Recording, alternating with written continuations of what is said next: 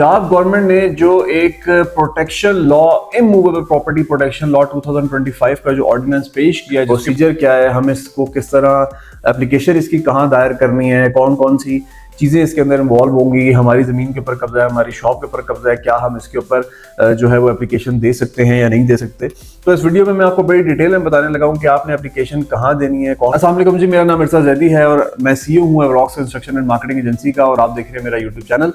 अगर आप मेरे YouTube चैनल के ऊपर नए हैं तो मेरे चैनल को सब्सक्राइब कर लें। मेरे चैनल के ऊपर real estate investment forecasting, real estate investment, business opportunities, business practices से रिलेटेड बातें होती हैं, और अगर आप इन चीज़ों में इंटरेस्ट रखते हैं तो this is the most authentic channel that you have to subscribe. ये चैनल एक ऐसा ऑथेंटिक चैनल है, ऐसा इंफॉर्मेटिव चैनल है जो आपको सब्सक्राइब करना चाहिए, और अपने ग्रुप के साथ, अपने दोस्तों के साथ, अपने भाइयों के साथ जो है वो इसको जरूर शेयर करिएगा ताकि मजीद लोगों को तक ये वीडियो पहुंच जाए और मजीद लोग हमारी इस वीडियो से फायदा उठा सकें। वक्त को ज़ाया किए बगैर अपनी वीडियो का आगाज करते हैं। अच्छा जी, पंजाब गवर्नमेंट ने जो एक protection law, immovable property protection law 2025 का जो ऑर्डिनेंस पेश किया है, जिसके ऊपर मैंने पिछले दिनों एक वीडियो बनाई थी, बहुत सारे लोगों ने मुझसे सवाल किया कि जी इसका प्रोसीजर क्या है, हम इसको किस तरह एप्लीकेशन इसकी कहाँ दायर करनी है, कौन कौन सी चीज़ें इसके अंदर इन्वॉल्व होंगी, हमारी ज़मीन के ऊपर कब्जा है, हमारी शॉप के ऊपर कब्जा है, क्या हम इसके ऊपर जो है वो एप्लीकेशन दे सकते हैं या नहीं दे सकते। तो इस वीडियो में मैं आपको बड़ी डिटेल में बताने लगा हूँ कि आपने एप्लीकेशन कहाँ देनी है, कौन कौन सी प्रॉपर्टीज़ हैं जो इस लॉ के अंदर, इस एक्ट के अंदर, इस ऑर्डिनेंस के अंदर आती हैं, जिनका फैसला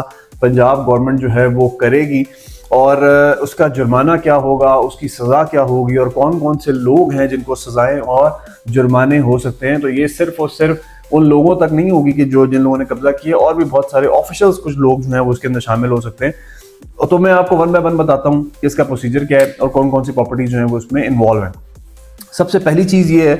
कि कौन कौन सी प्रॉपर्टीज़ हैं जो इन्वॉल्व हैं, जिन प्रॉपर्टीज़ का फैसला पंजाब गवर्नमेंट या जो ये ट्रिब्यूनल बनेगा वो करेगा। ज़मीन आपकी अगर कोई है, उसके ऊपर कोई कब्जा हुआ है, तो आप इस एप्लीकेशन को दायर कर सकते हैं। आपका कोई घर है, उसके ऊपर कोई कब्जा हुआ है, तो आप इस एप्लीकेशन को दायर कर सकते हैं। कोई दुकान है, कोई फ्लैट है,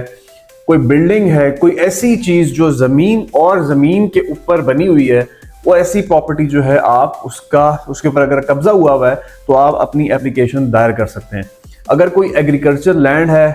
तो ज़मीन तो आपकी एग्रीकल्चर है, आप उसका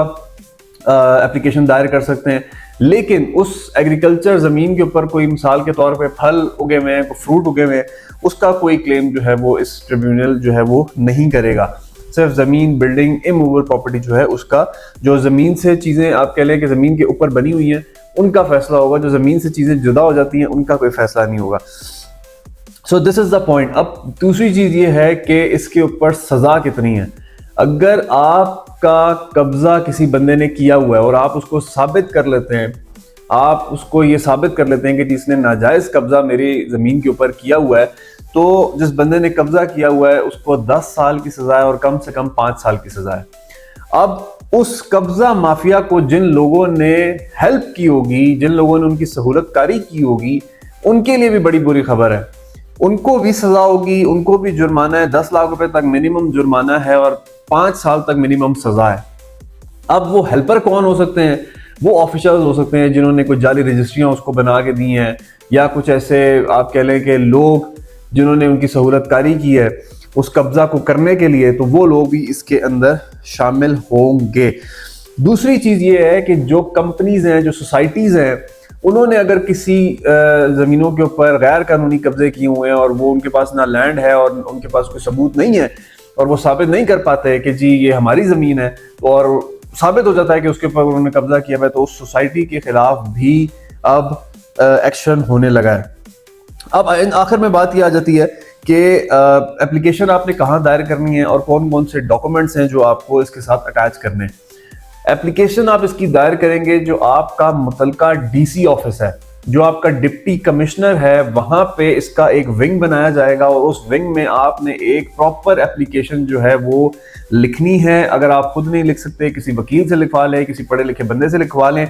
उसके अंदर आपने सारी चीज़ें लिखनी है कि जी फलानी मेरी ज़मीन है, मेरे नाम पे है, रजिस्ट्री मेरे नाम पे है, कागज़ मेरे नाम पे हैं, और मेरे से जो है वो कब्ज़ा लिया हुआ है और मेरा कब्ज़े में वो ज़मीन नहीं है, उसके ऊपर कब्ज़ा किया हुआ है और इतने अरसे से कब्ज़ा हुआ हुआ है। और आपने जो डॉक्यूमेंट्स लगाने हैं उसमें उस रजिस्ट्री की कॉपी लगाएं, इंतकाल की कॉपी लगाएं, फ़र्द की कॉपी लगाएं, अपनी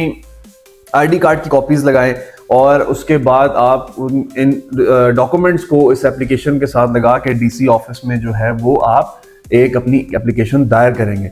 ڈی سی آفس جو ہے ڈپٹی کمشنر ہے وہ اس کو دیکھے گا اور اس کے بعد ٹریبیونل جو بننا ہے جس نے 90 دن کے اندر اس کا فیصلہ کرنا ہے اس کے پاس جائے گا. اب ان کے اختیارات کیا ہیں؟ ان کے اختیارات یہ ہیں کہ وہ لینڈ کا ریکارڈ منگوا سکتے ہیں,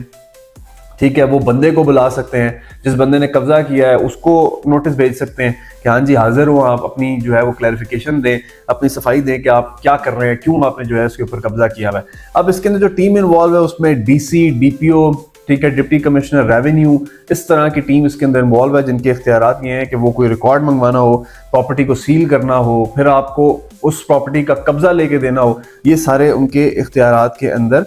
آئیں گے. تو یہ ایک بڑی ڈیٹیل میں نے آپ کو جو ہے سارا پروسیجر سمجھایا, سارا میں نے اس کا پوائنٹ سمجھایا. یہ ساری چیزیں انگریزی میں میرے پاس آئی تھیں کیونکہ یہ 8 صفحوں کے اوپر جو ہے وہ ڈاکومنٹ میرے پاس آیا تھا جس کو میں نے اردو میں ٹرانسلیٹ کر کے آپ لوگوں کو سمجھانے کی کوشش کی تاکہ ایک عام آدمی کو سمجھ آ جائے, بیچارہ جو عدالتوں میں کھجل خوار ہوتا پھر رہا ہے اپنے قبضے چھڑوانے کے لیے, اس کو سمجھ آ جائے کہ اس نے اب اس